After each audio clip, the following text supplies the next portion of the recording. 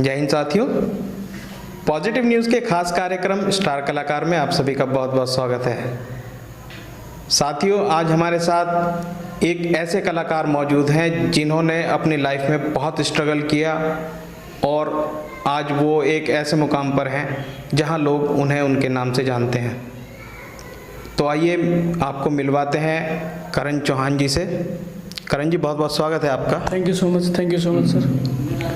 तो करण जी, पहला सवाल आपसे यह है कि आप एक किसान फैमिली से बिलोंग करते हैं। आपके परिवार में ज़्यादातर लोग खेती करना पसंद करते हैं, तो आप बिल्कुल एकदम से अलग कैसे इस डांस और एक्टिंग की दुनिया में पहुंचे? कहाँ से आपको इसकी प्रेरणा मिली? पहले तो आपका बहुत बहुत धन्यवाद कि मुझे आपने इंटरव्यू के लिए बुलाया, मेरा सौभाग्य है। और रही बात बिरादरी की, तो ये वाकई एक ऐसी बिरादरी है जिसमें इस तरह का काम करना लाजमी है। बिरादरी को पसंद नहीं आता। बिरादरी को क्या, मेरे फादर को पसंद नहीं था, क्योंकि अब ये चीज़ हम कैसे समझाएं कि ऊपर वाले ने इस बच्चे को क्या सोच दी है काम करने के लिए, क्या उसके अंदर घुसा हुआ है कि वो सोचता है कि इसी को मुझे करना है, इसी को अपना जीवन बनाना है, इसी में सब कुछ लेना है। सब कुछ से मतलब ये भी नहीं होता कि भाई पैसा ही कमाया जाए। जब आप किसी काम की तरफ जाते हैं ईमानदारी से, तो वो तो रोजी रोटी ऊपर वाला चलाता ही है, लेकिन उसको करने में जो मज़ा आता है, उसको लगता है कि मैं यही करूँ। जैसे लोग खेती करते हैं, जैसा आपने कहा, कुछ लोग परचून की दुकान चलाते हैं, उनको उनमें मज़ा आता है। तो मेरा ये मानना है कि ईश्वर ने, खुदा ने मुझे ये सोच दी, वही डालता है सोच कि आप किस तरफ चलने वाले हैं। और अगर आपने वो समझ लिया, सोच लिया ईमानदारी से और उसमें मेहनत किया आपने, तो 100% है कि आप बिना कुछ लिए वहाँ से वापस आ जाएं। वो चाहे नाम हो, शोहरत हो, कम नाम हो, ज़्यादा, वो जितनी आप मेहनत करेंगे उसके लिए टूटना पड़ता है, बहुत ज़्यादा सहन भी करना पड़ता है, बहुत नुकसान भी होते हैं, बर्दाश्त करना होता है, भूखा भी रहना पड़ता है, बहुत चीज़ें। स्ट्रगल बहुत लंबा है एक्चुअली। क्या इस लाइन का, ये दुकान बहुत बड़ी है, फिल्म लाइन। इसमें जितना बड़ा नाम इंसान चाहता है, उतनी बड़ी मेहनत भी करनी पड़ती है। लोग बोलते हैं कि मैंने स्ट्रगल किया, मतलब स्ट्रगल लिख दिया कॉपी पे। वो स्ट्रगल कितना गहरा हुआ है, कितना बर्दाश्त किया है उसके लिए, वो तो वही जानता है। आपका सहारनपुर से मुंबई तक का सफ़र और उसके पीछे जो आपने स्ट्रगल किया है, उसके बारे में भी आप हमें थोड़ा बताएं उसके बारे में। देखिए सर, जैसे मैंने बताया ना कि ऊपर वाला जो है, खुदा है, ईश्वर है, वो एक सोच पैदा करता है, तो फिर उसको लेके चलते हैं। मेरा कहीं ना कहीं, मैं कहूँ तो एक दुर्भाग्य भी रहा, और उस दुर्भाग्य को फिर मैंने कैसे सौभाग्य में बदलने की कोशिश की, ये उसी की देन है। एक्चुअली क्या है कि मेरी मम्मी जो है, मेरी माँ जो है, जिसके नाम से मैंने अभी लीला फिल्म प्रोडक्शन बनाया हुआ है, जिसके माध्यम मैं बच्चों को सिखाने का प्रयास करता हूँ, तो वो एक्चुअली हमने उन्हें कभी ठीक नहीं देखा। वो दिमागी तौर से ठीक नहीं रहती थी। मैं लगभग 7-8 साल की एज में पागल खाने रोहतक में रहा उनके साथ। तो एक बच्चे का जो अटैचमेंट होता है माँ के साथ, वो जो फीलिंग है कि माँ को पागल क्यों कह दिया, या माँ रात भर इधर उधर घूम रही है, दीवार में सो नहीं पा रही है, उसका जो दर्द है, वो जो बच्चा फील करता है माँ के प्रति, वो कहीं ना कहीं वो टीस, वो एक फील, वो मुझे इस कला की लाइन में लेके आई है, मुझे ऐसा लगता है। और मैं ये सोच भी मेरी थी कि कभी किसी लायक हो पाया मैं बहुआ, तो कहीं ना कहीं वो माँ का दर्द मैं किसी मंच पे जाके बयां करूं कि ऐसा हुआ था मेरे साथ, इसकी वजह से ही सब हुआ है। और ये मैं माँ का नाम इस मंच पे पूरी दुनिया में माँ का नाम लूँ, तो शायद मैं उसको ही मैं सार्थक मानूंगा। और अगर ऐसा हो पाया ऊपर वाले की दुआ से, आप लोगों का आशीर्वाद रहा, तो करण जी, कोई ऐसा वाकया जो आपको हमेशा हर लम्हा याद आता हो स्ट्रगल की लाइफ में, जो आपको लगा हो कि कभी भाई ये किसी के साथ ना हो, कुछ इस तरह का आपके साथ इंसिडेंट कुछ हुआ हो? देखिए, अगर आपने सही से स्ट्रगल किया है तो इंसिडेंट तो होते हैं। और मैं 2010 की आपको बात बताऊं कि उस वक्त जो है, मैं वो कभी भूल नहीं पाता उस चीज़ को। 2010 में जब मैं वहाँ मुंबई में गया, तो मैंने पहला सीरियल किया था पीहर, दूरदर्शन पे आता था। उसके बाद भाग्य विधाता, ससुराल गेंदा फूल, गरीसी सिंह जी के साथ फिल्म फेस्टिवल गोवा में लाइव एक्टिंग और डांस, गोविंदा जी के 2010 में कंट्री क्लब में था। उस दौरान मैं आपको बताऊं कि घर का सबसे बड़ा था मैं, छोटा भाई उस वक्त जॉब पे नहीं था, वही मेरी फैमिली देखता था सारा। तो वहाँ रह कर के जो मैंने खंडर में 1 महीने की गार्ड की जॉब की है, 8 रातें 9 दिन जो मैं भूखा रहा हूँ वहाँ, पेट कमर से मिल गया। उसके बाद भी मास्टर जी ने आवाज़ दी, फ़ोन किया, आ जाएगा तो मुझे 15-16 किलोमीटर जाना पड़ेगा, लेकिन उनको नहीं बताया। फिर भी खाली पेट जाके गया। वो जो रात थी ना, जो मैं खंडर में गार्ड की जॉब करता था, उस वक्त उसमें लाइट भी नहीं थी, मतलब वो बिल्डिंग टूटने वाली थी। वो शायद मैं नाम बोल रहा हूँ, मच्छी वाला इलाका था, समुंदर के किनारे, वहाँ पे वो बिल्डिंग थी। तो वो जो रात जब मैं काटता था ना भाई साहब, वो मैं कभी नहीं भूल पाता। वो ऐसी जगह थी वो कि कूड़ा हटाकर तो मैं टंकी के नीचे साफ़ करके नहाता था वहाँ।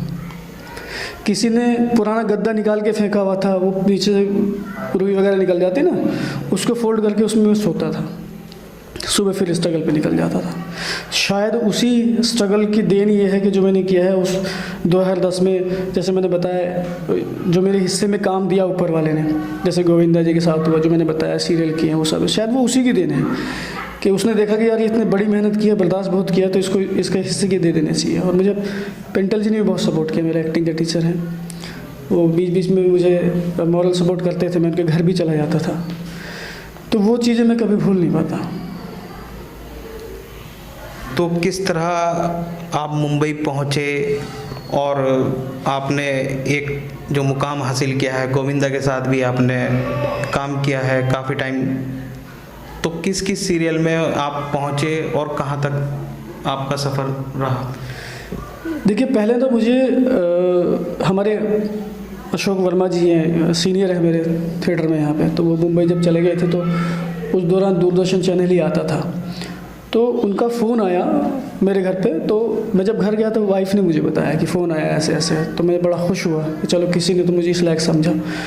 तो उनको मेरा डांस बड़ा पसंद आता था उस टाइम पे, तो उन्होंने मुझे ये करके बुलाया कि आप मुंबई आ जाओ, और सरोज जी से वो मिलवाने वाले थे मुझे इस करके।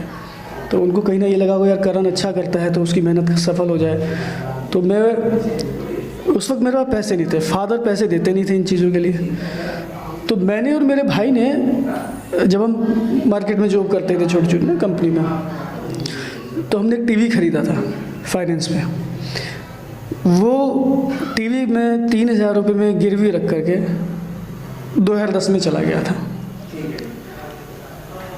और लंबी कहानी है, मतलब अगर मैं शॉर्ट में तो यही बताऊंगा कि मैं इस तरह से मुंबई गया, ऐसे नहीं तो बीच में बहुत लंबी कहानी है कि वो लोग आए थे, टिकट हमने एक ही टिकट पे हमने करा लिया, हरिओम ने, और उसने दिवाली पे वो आए थे, 7 जाने का प्रोग्राम था, लेकिन मैं लेट उठा, वो 3:30 बजे ट्रेन चली गई। फिर मैंने उनको फ़ोन किया, भैया बता देते हो, तो उन्होंने कहा भाई हमने तो कहा था हमारे साथ सो जा तो रात को निकल जाएंगे। तो लेकिन मैंने जिद करके फिर 250 रुपये का टिकट लेके उसी दिन शाम को देहरा बॉम्बे से मैं निकल गया। कुछ भी होगा मुझे जाना है। टीवी गिरवी रख करके, वो रख करके, और खाना नहीं खा पाया मैं 36 घंटे। टॉयलेट में मैंने 1-1 रुपये की पनिया ले करके ना, वो 36 घंटे मैंने बिताए। तब मैं गया हूँ, पहली बार मुंबई गया था उस वक्त में। तो आज आप एक सेलिब्रिटी के तौर पे हमारे शहर में जाने जाते हैं, तो कैसा लगता है आपको? अपने शहर में इतना नाम आपने कमाया है। इसको शब्दों में तो बयान किया नहीं जा सकता, क्योंकि या तो आपके पास कोई सपोर्ट हो, या आपके पास बहुत बड़ी टीम हो, या लोग आपको कह रहे हो कि अरे यार ये करण है, थिएटर भी करता है, इसको यहाँ ले लो, इसको सीरियल में ले लो, या इसको यहाँ ले जाओ शो में। तो हर जगह कहीं ना कहीं थोड़ी सी राजनीति होती है, तो ऐसा मेरे साथ कभी नहीं हुआ। हाँ, उर्मिला जी हैं, मैं उनको गुरु माँ मानता हूँ थिएटर में, जब उन्हीं के थ्रू मैं गया था। आज वो अच्छा काम कर रही है, लेकिन कहीं ना कहीं अपनी, जब आपको दृढ़ पूरा विश्वास होता है ना अपने ऊपर, या कुछ भी हो जाए जी, वो मुझे करना है। घर में बच्चे कैसे रहे वो मैंने उसका कभी सोचा ही नहीं है। वाइफ ने मेरा इतना सपोर्ट किया कि मैं उसके पैर भी धो के भी, तो मैं कभी उतार नहीं सकता उसका ऋण।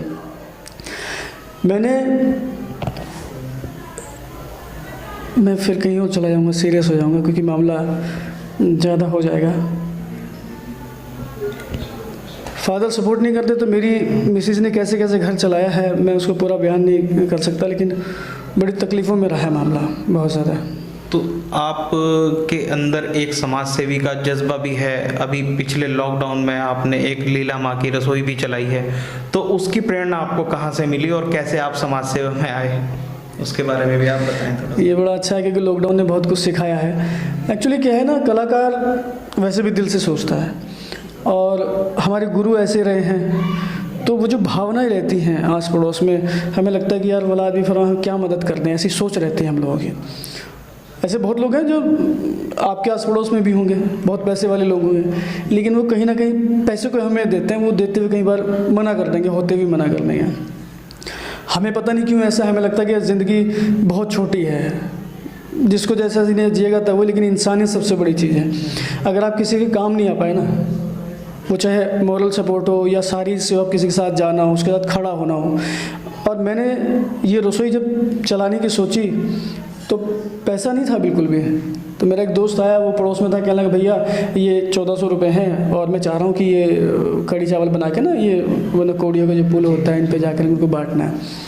तो मेरे सडनली दिमाग में आया, मैंने कहा अभी रुक जा, अभी वो कुछ मोदी जी 14 तारीख के बाद फिर बोलने वाले थे। मैंने कहा अगर लॉकडाउन आगे बढ़ता तो कुछ करते हैं, अभी अपने पास रख ले पैसे। तो जैसे ही उन्होंने कुछ बोला तो मैंने कहा तो चलाना पड़ेगा, क्योंकि हमारे एरिया में तो पीछे इंदिरा कॉलोनी साइड में बहुत लोग ऐसे हैं, गरीब हैं, डेली रेडी लगाते हैं, रिक्शा चलाते हैं, और कुछ लोग तो ऐसे हैं जो पैर से अपाहिज हैं, कुछ अंधे हैं। मैं देखता हूँ घर के बाहर लेटे हैं, उनकी वाइफ उनको किस तरह से पाल रही है, कैसे संभाल रहे हैं। तो उस टाइम वो जहन में मेरे आया,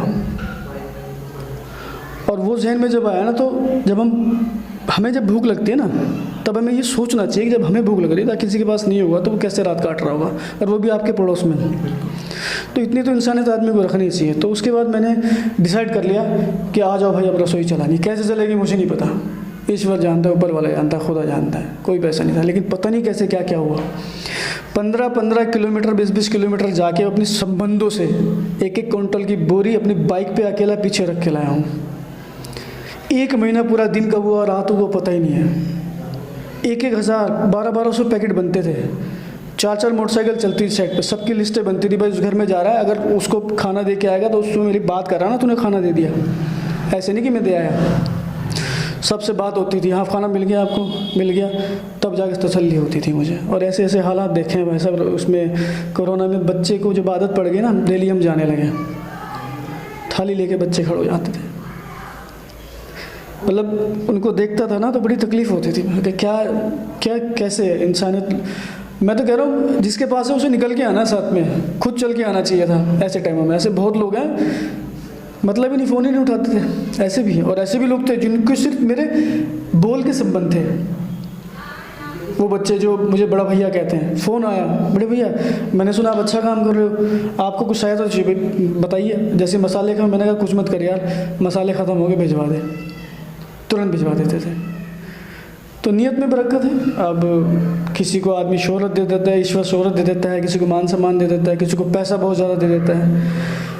तो मैं तो चाहता हूँ कि अगर इज्जत मान सम्मान मिल गया तो इससे बड़ी चीज़ कोई है। तो करण जी, जैसा कि आप डांस दीवाने कार्यक्रम में 3rd स्टेज तक पहुँच गए थे, उसके बाद फिर कोरोना काल के चलते वो कार्यक्रम रद्द हुआ। अभी फिर आपको वहाँ से सुना है कि न्योता आया है डांस दीवाने का। तो किस तरह की आपकी तैयारियां हैं और किस तरह का जोश खरोश जो आपके अंदर है, और उसके बारे में बताएं। जी, एक्चुअली क्या है कि लॉकडाउन से पहले मैं ऑडिशन के लिए गया था दिल्ली। तो मैं 10 बजे वहाँ पहुँच गया था और लगभग 6,500 के आसपास वहाँ पे क्राउड था पूरा ऑडिशन देने के लिए, क्योंकि 3 जनरेशन उसमें डांस करती है। तो मैं 40+ में आता हूँ। तो रात के 2 बजे तक मेरे 2 ऑडिशन क्लियर हो गए थे और मैं बड़ा खुश था।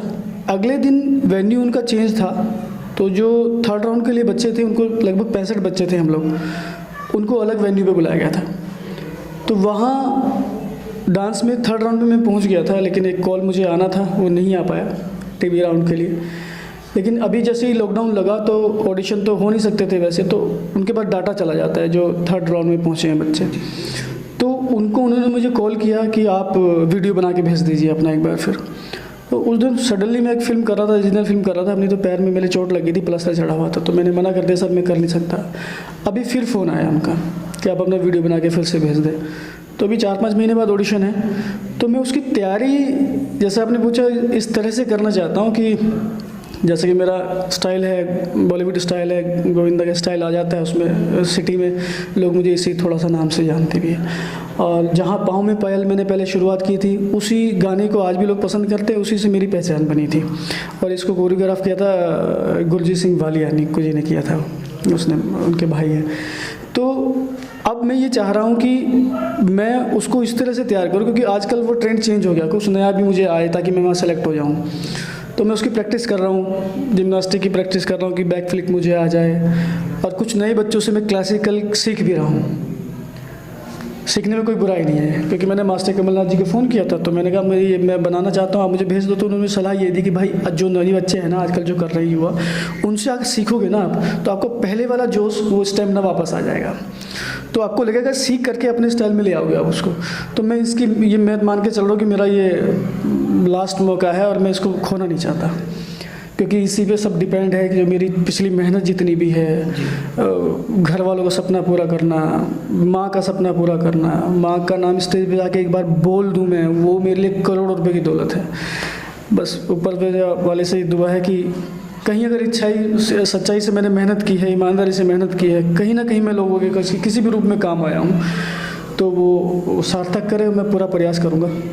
दूसरी बात यह है कि मैं बहुत अपने सिटी में बच्चों को, बहुत बच्चे ऐसे हैं, बहुत गरीब बच्चे होते हैं कि पैसे नहीं होते। मैं एक्टिंग क्लास भी चलाता हूँ, क्योंकि एक्टिंग की थ्योरी अलग है टीवी की, तो जो मैंने पेंटेलिजेंस सीखा है, लेकिन पैसे नहीं होते हैं। मैं किसी से तो कभी और पैसे लेता भी नहीं, मैं फ्री में भी सिखाता हूँ। कुछ लेडीज़ ऐसी होती हैं कि वो मजबूर हैं, अपना ब्यूटीशियन चला रही है, लेकिन बच्चे में उसके टैलेंट है, तो मैं वहाँ पैसा देखता ही नहीं हूँ। जिनके पास पैसा है, कई लोग तो अब आपको पता है एक्टिंग की क्लास की फ़ीस ना बहुत, कहीं कोई 5 लाख है, कहीं 2.5 लाख है, कहीं 70,000 है, कहीं 50,000 है, कहीं 45,000 है। नोएडा में चला, इससे कम कहीं है ही नहीं। लेकिन वही चीज़ें सिर्फ उनके क्या बिल्डिंग बड़ी है, सामान सब ज़्यादा है, हमारे पास नहीं है, लेकिन वो उसकी जो थ्योरी है एक्टिंग की, जो बेसिस हैं उसके, जो एक्सरसाइज है उसकी, वो तो सेम है।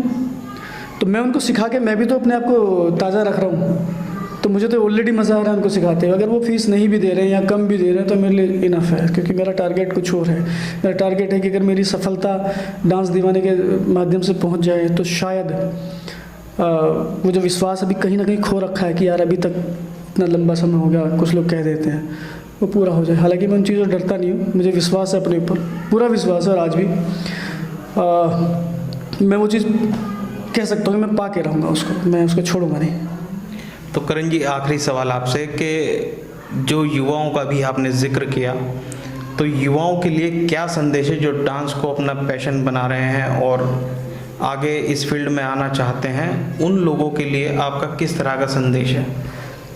देखिए, आजकल मैं जो देख रहा हूँ ना, एक्चुअली क्या है कि जैसे बोलते हैं ना 90s के जो गाने हैं आज भी पसंद किए जाते हैं, वो मैं ये मानता हूँ कि उस टाइम के लोग, उस टाइम के बच्चे, उस टाइम के स्टूडेंट, जैसे कि मैं हूँ, मैं जिसने पहली उंगली मेरी पकड़ी, मैंने उनका नाम लिया गुरजीत सिंह वालिया का, वो गुरु की इज़्ज़त करना जानते हैं।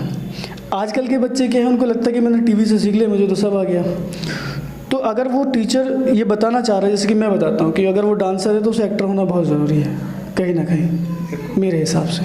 क्योंकि ठीक है, आजकल जिम्नास्टिक डांस हो गया है ना, पलटी खाना, ये सब करना अच्छा लगता है, लेकिन वो जो डांस था, जैसे सरोज जी बोल देती थी कई बार बीच में आके, ये क्या किया आपने, ये तो डांस नहीं है। डांस चाहिए, है ना, दिल से, फेस से लगे कि आप कुछ करके चले गए, भूलते नहीं उसको लोग, है ना। वो मैं सिखाने की कोशिश करना चाहता हूँ, लेकिन उस तरह के स्टूडेंट मिलना बड़ा मुश्किल है आज की डेट में। कुछ समय रहते के बाद उनको लगता है कि मुझे बहुत जल्दी बहुत कुछ मिल जाए, ऐसा थोड़ी होता है। जिनको बहुत कुछ बहुत जल्दी मिल गया ना, बहुत जल्दी नीचे भी आ गए।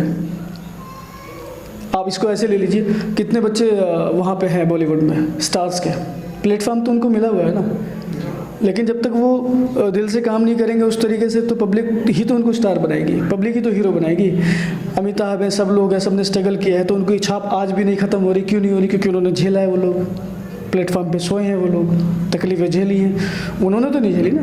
वो जो दर्द से लाइनों में दर्द जो आएगा, जो फील आएगा उनकी डायलॉग्स में आएगा या डांस में आएगा, तो वो तो तब आएगा ना, तो आपकी दुकान में पूरा सामान हो, दुकान है आर्टिस्ट की दुकान में पूरा दर्द, फीलिंग, भावनाएँ। फिर आपको डांसर हो या एक्टर हो, दिमाग और हार्ट में फ़र्क नज़र अगर वो कर लेता है तो मेरे हिसाब से वो डांसर और एक्टर है, अन्यथा नहीं। दिमाग से तो काम, मेरे ख्याल से जहाँ तक मैंने सीखा है, समझा है, दिमाग से तो काम लेना ही नहीं चाहिए एक्टिंग और डांस में।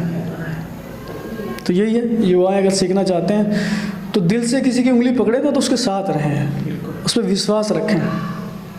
नहीं रखोगे तो कुछ समय चल के ख़त्म हो जाए। बहुत बच्चे हैं मेरे स्टूडेंट ऐसे हैं, आज कहीं भी नहीं है, और मैं आज भी इस एज में आने 45 में लगभग मेरी एज हो गई है। आज भी मुझे लगता है कि मैं वैसे ही हूँ, मैं आज भी उसी तरह से डांस कर सकता हूँ एनर्जी के साथ, कुछ भी करें आप साल से जो भी।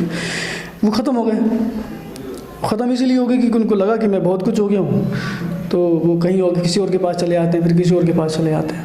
लेकिन सच्चाई ये है कि ईमानदारी से गुरु तो गुरु ही रहता है। मेरे गुरु ही रहेंगे, मैं जिनका गुरु हूँ मैं गुरु ही रहूँगा। तो मैं जितना सम्मान अपने गुरु का करूँगा और जितना विश्वास रखूँगा उतना ही मैं आगे बढ़ूँगा, अन्यथा नहीं बढ़ सकता कोई आगे। यही है कि युवा आएँ, सीखें, ईमानदारी से सब काम करें तो सफलता मिलती है।